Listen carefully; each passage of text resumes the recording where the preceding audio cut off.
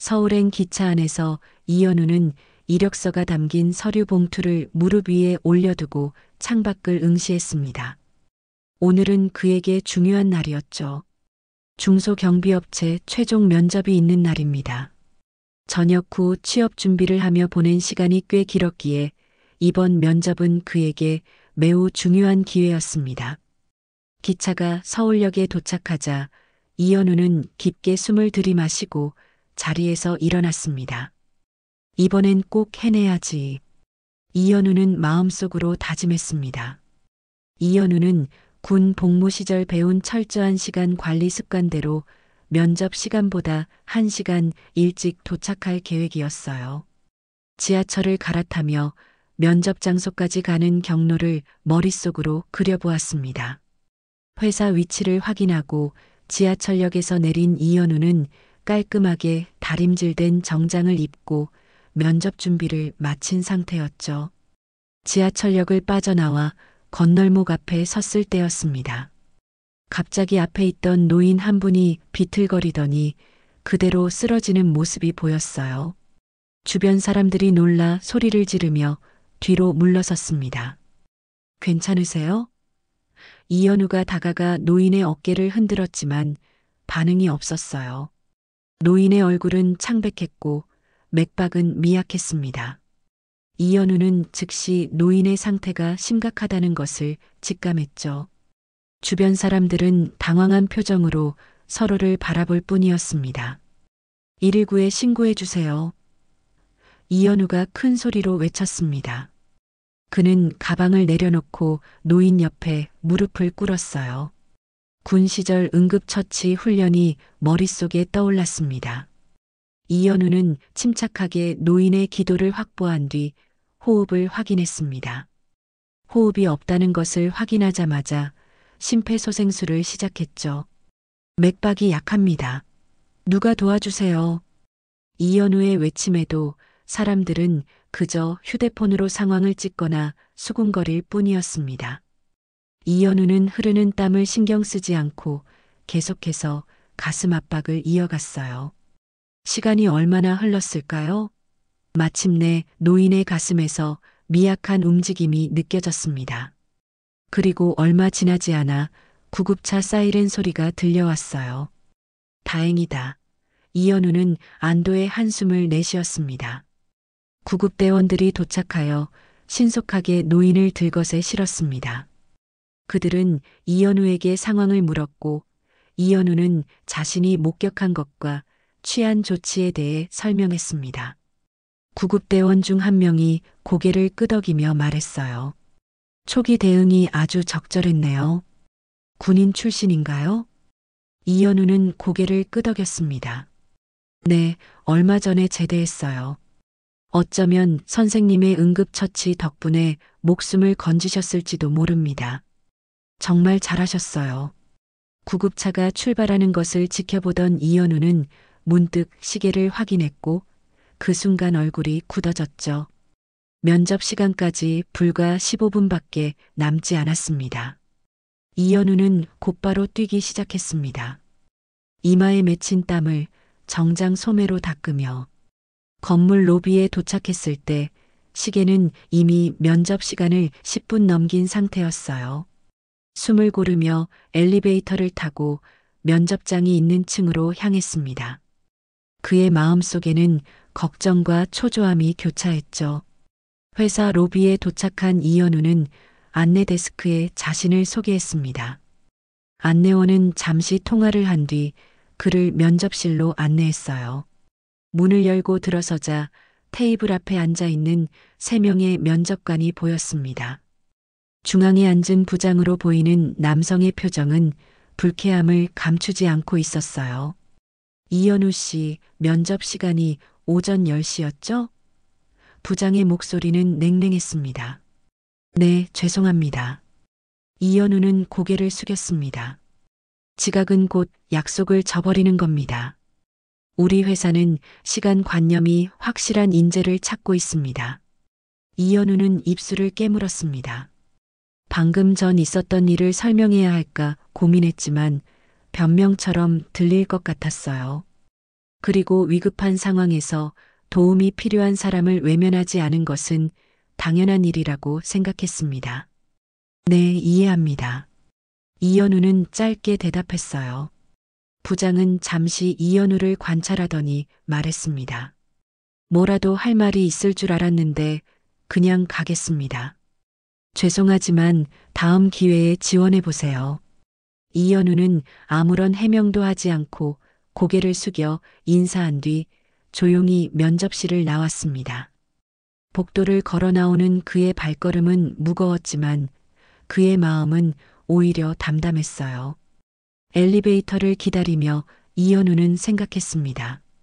그래도 어쩔 수 없었지. 다른 선택을 할 수는 없었으니까. 이현우는 서울에서 고향으로 돌아가는 기차표를 예매했습니다. 오늘 하루가 참 길게 느껴졌지만 그는 자신의 선택을 후회하지 않았어요. 누군가의 생명을 살리는 일이었으니까요. 한편 서울의 한 대형병원 VIP 병실에서는 장세진 회장이 의식을 되찾고 있었습니다. 병실 문이 열리고 평소 그의 그림자처럼 수행하던 정비서가 들어왔어요. 정비서의 얼굴에는 안도의 표정이 역력했습니다. 정신이 드십니까, 회장님? 정비서가 조심스럽게 물었습니다. 장세진 회장은 희미하게 눈을 떴습니다. 천장의 하얀 형광등이 그의 시야에 들어왔고 몸에 연결된 각종 의료 장비들이 보였죠. 그는 천천히 상황을 인식하기 시작했어요. 여기가 어디요? 장세진의 목소리는 쉬어 있었습니다. 대학병원 중환자실입니다. 회장님께서 심장마비로 쓰러지셨어요. 다행히 응급 조치해 주신 분 덕분에 위험한 고비를 넘기셨습니다. 장세진 회장은 눈을 감고 기억을 더듬었습니다. 그는 어렴풋이 기억났어요. 평소처럼 변장을 하고 신의 나들이를 나섰던 일, 갑자기 가슴이 조여오던 순간, 그리고 젊은 남자가 차가운 손으로 자신의 가슴을 눌러주던 순간까지. 그 젊은이 어떻게 됐소? 장세진 회장이 물었습니다. 구급대가 도착했을 때는 이미 사라졌다고 합니다. 회장님을 구한 은인인데 찾을 방법이 없네요. 장세진 회장은 생각에 잠겼습니다. 그는 기업을 이끌면서 사람을 보는 눈이 있다고 자부했어요. 그리고 그 순간 자신의 생명을 구해준 청년의 침착하고 결단력 있는 모습이 인상적이었습니다. 찾아야겠소. 그 사람을 꼭 찾아야 해. 장세진 회장의 목소리에는 단호함이 묻어났어요. 정비서는 고개를 끄덕였습니다. 현장 주변 CCTV를 확보했습니다. 경찰의 협조도 요청해 놓았고요. 다음 날 의사들의 진찰을 받은 장세진 회장은 조금씩 건강을 회복하고 있었습니다. 그는 창밖을 내다보며 생각에 잠겼어요. 평소 자신이 추구하던 가치와 경영 철학이 머릿속을 맴돌았습니다. 진정한 인재는 어떤 사람인가? 그가 일생을 바쳐 세운 대상그룹은 이제 대한민국 경제의 큰 축을 담당하는 기업이 되었지만 후계 구도와 인재 영입에 대한 고민은 여전했어요. 회장님, 좋은 소식이 있습니다. 정비서가 태블릿을 들고 병실로 들어왔습니다. 무슨 소식이요? 장세진 회장이 자리에서 일어나 앉으며 물었어요. 회장님을 구해주신 분을 찾았습니다. CCTV와 구급대 기록을 분석한 결과예요. 정비서는 태블릿을 통해 사건 당시의 영상을 보여주었습니다. 그 영상 속에서 한 청년이 망설임 없이 장세진 회장에게 달려가 심폐소생술을 하는 모습이 선명했어요. 이 청년, 누구지? 장세진 회장이 영상 속 이현우의 모습을 유심히 살펴보며 물었습니다. 정비서는 자료를 넘기며 설명했습니다. 이현우라는 청년입니다. 28살이고 전직 군인이었습니다. 제대 후 취업 준비 중이었고 사건 당일 경비업체 면접을 보러 상경했던 것으로 확인됐습니다. 그래서 지금은 어디 있소? 그날 면접에 지각했다고 합니다. 면접관이 시간 늦었다며 돌려보냈고 이현우 씨는 아무런 변명도 하지 않고 조용히 떠났다고 해요. 현재는 고향으로 돌아간 것으로 보입니다. 장세진 회장은 말없이 미소를 지었습니다. 그 미소 속에는 깊은 생각이 담겨 있었어요.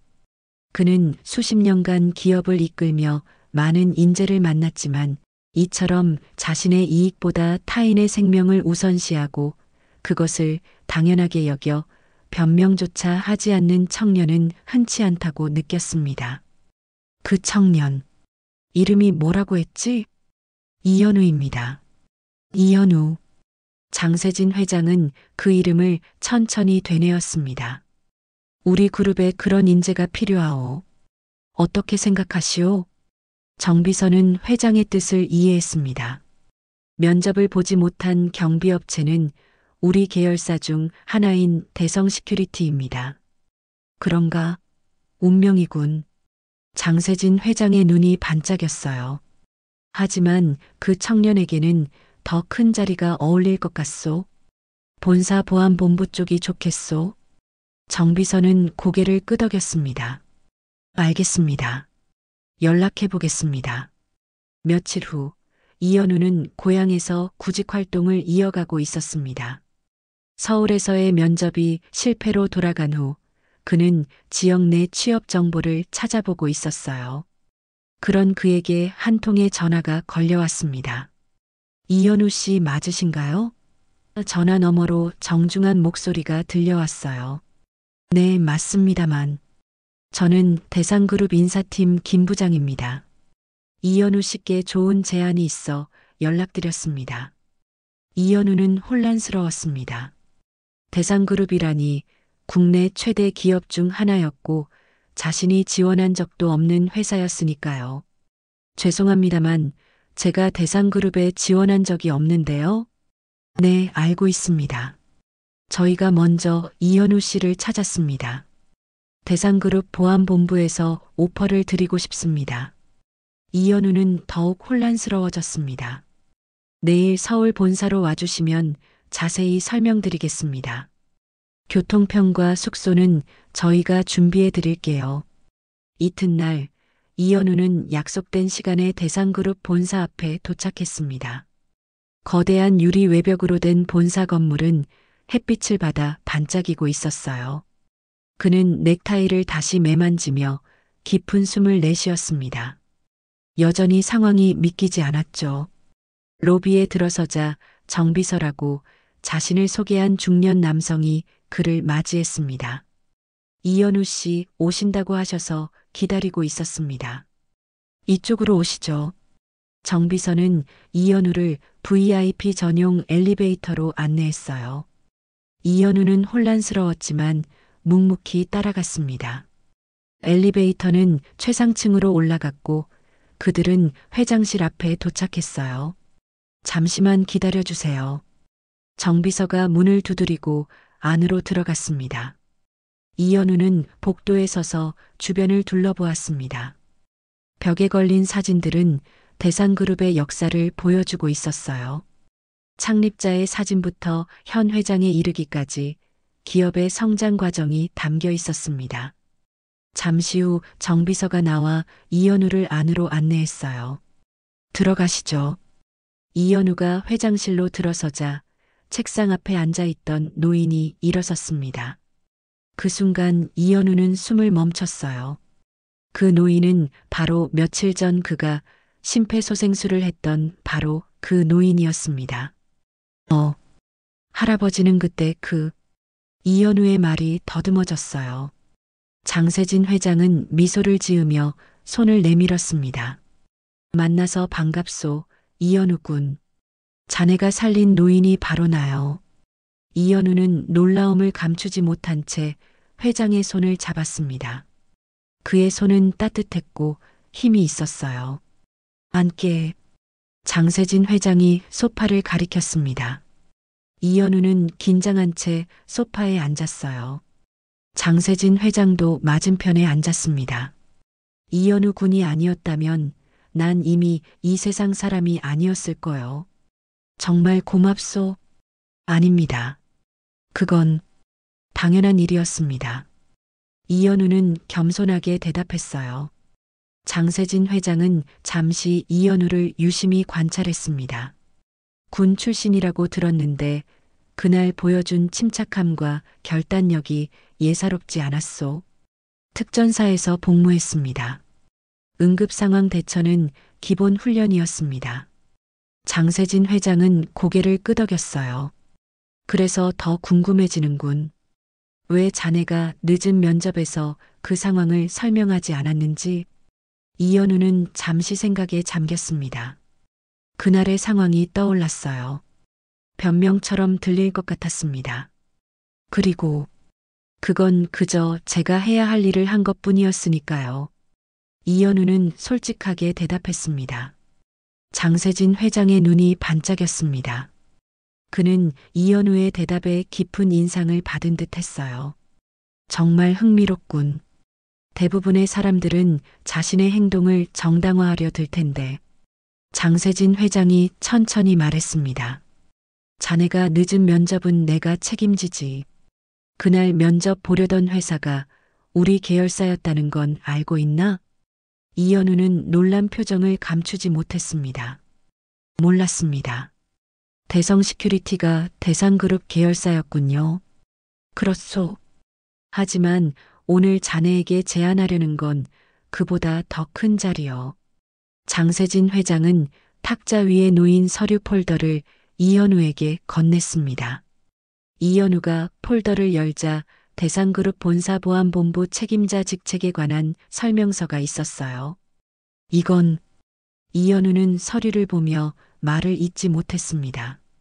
정직하고 침착한 사람, 위기 상황에서 빠르게 판단하고 행동할 수 있는 사람, 그런 사람에게 우리 회사를 맡기고 싶소. 장세진 회장의 목소리는 단호했습니다. 보안본부 책임자로 일해주지 않겠소? 이현우는 말문이 막혔어요. 그가 지원했던 중소경비업체와는 비교도 할 수 없는 규모와 위상의 직책이었습니다. 자신이 이런 제안을 받을 자격이 있는지 의문이 들었습니다. 회장님, 제가 과연 그런 중요한 자리를 맡을 수 있을지 모르겠습니다. 경력도 없고. 장세진 회장은 손을 들어 이현우의 말을 끊었어요. 자네 같은 사람을 찾기 위해 나는 수십 년을 기다렸소. 스펙이나 경력보다 중요한 건 인성과 판단력이요. 자네는 이미 그것을 증명했소. 이현우는 깊은 생각에 잠겼습니다. 장세진 회장의 말이 그의 마음을 움직였어요. 그것은 단순한 채용 제안이 아니라 그가 가진 가치관에 대한 인정이었습니다. 시간을 충분히 줄 테니 생각해보게. 하지만 너무 오래 고민하지는 말게. 내 남은 시간이 많지 않을 수도 있으니까. 장세진 회장은 쓴웃음을 지었습니다. 이현우는 고개를 끄덕였어요. 감사합니다, 회장님. 진지하게 생각해보겠습니다. 회의가 끝나고 정비서가 이현우를 안내했습니다. 엘리베이터로 향하는 길에 정비서가 말했어요. 이현우 씨, 회장님께서 처음으로 직접 나서서 스카우트 하신 사람입니다. 그만큼 기대가 크십니다. 이현우는 호텔방에 혼자 남겨져 깊은 생각에 잠겼습니다. 창밖으로 보이는 서울의 야경이 그의 마음처럼 복잡하게 빛났어요. 그는 침대에 앉아 오늘 있었던 일을 정리해 보았습니다. 보안본부 책임자라. 내가 감당할 수 있을까? 이현우는 자신의 능력에 의문을 품었지만 동시에 도전하고 싶은 마음도 강했습니다. 그는 군 시절을 떠올렸습니다. 특전사에서 팀을 이끌었던 경험, 위기 상황에서 냉정하게 판단했던 순간들, 그리고 동료들의 신뢰를 받았던 기억들이 하나둘 떠올랐어요. 어쩌면 자신이 가진 역량을 더 큰 무대에서 펼칠 수 있는 기회일지도 모르겠다는 생각이 들었습니다. 다음 날 아침, 이현우는 결정을 내렸어요. 그는 정비서에게 전화를 걸었습니다. 제안을 수락하겠습니다. 최선을 다해 직책에 맞는 역할을 해내겠습니다. 일주일 후 이현우는 대상그룹 본사 인사팀에서 정식 계약을 마쳤습니다. 그는 앞으로 본사보안본부를 총괄하는 책임자가 될 예정이었어요. 기존 직원들보다 나이가 어리고 경력이 부족한 그가 그런 중요한 자리에 앉게 된다는 사실에 내부에서는 작은 소문이 돌기 시작했습니다. 회장님이 직접 뽑은 사람이라던데 뭐가 그렇게 특별하다고 그런 자리를 준 거지? 들리는 말로는 회장님 목숨을 구했다는데 이현우는 그런 소문에 신경 쓰지 않고 자신의 일에 집중했습니다. 보안 시스템을 점검하고 직원들과 면담하며 회사의 보안 체계를 재정비하는 데 모든 에너지를 쏟았어요. 한 달이 지나고 이현우는 장세진 회장과의 정기 보고 자리에 앉았습니다. 어떻소? 일은 적응하고 있는지? 장세진 회장이 물었습니다. 네, 아직 배울 것이 많지만 열심히 하고 있습니다. 이현우가 답했어요. 직원들의 반응은 어떻소? 이현우는 잠시 망설였지만 솔직하게 말했습니다. 처음에는 의아해하는 시선도 있었습니다만 지금은 조금씩 신뢰를 쌓아가고 있습니다. 장세진 회장은 만족스러운 표정으로 고개를 끄덕였어요. 기대했던 대로군. 자네를 믿었기에 이 자리를 맡긴 거요. 이현우는 묵묵히 고개를 숙였습니다. 그의 마음속에는 장세진 회장의 기대에 부응해야 한다는 책임감이 더욱 커졌어요. 내일 중요한 행사가 있어. 해외 투자자들이 오는데 보안에 특히 신경 써야 할 거요. 장세진 회장이 당부했습니다. 알겠습니다. 만전을 기하겠습니다. 다음 날 대상그룹 본사는 해외 투자자들의 방문으로 분주했습니다. 이현우는 이른 아침부터 보안 인력을 배치하고 동선을 점검하며 완벽한 행사 준비에 만전을 기했어요. 그의 군 생활에서 익힌 꼼꼼함과 철저함이 빛을 발하는 순간이었습니다.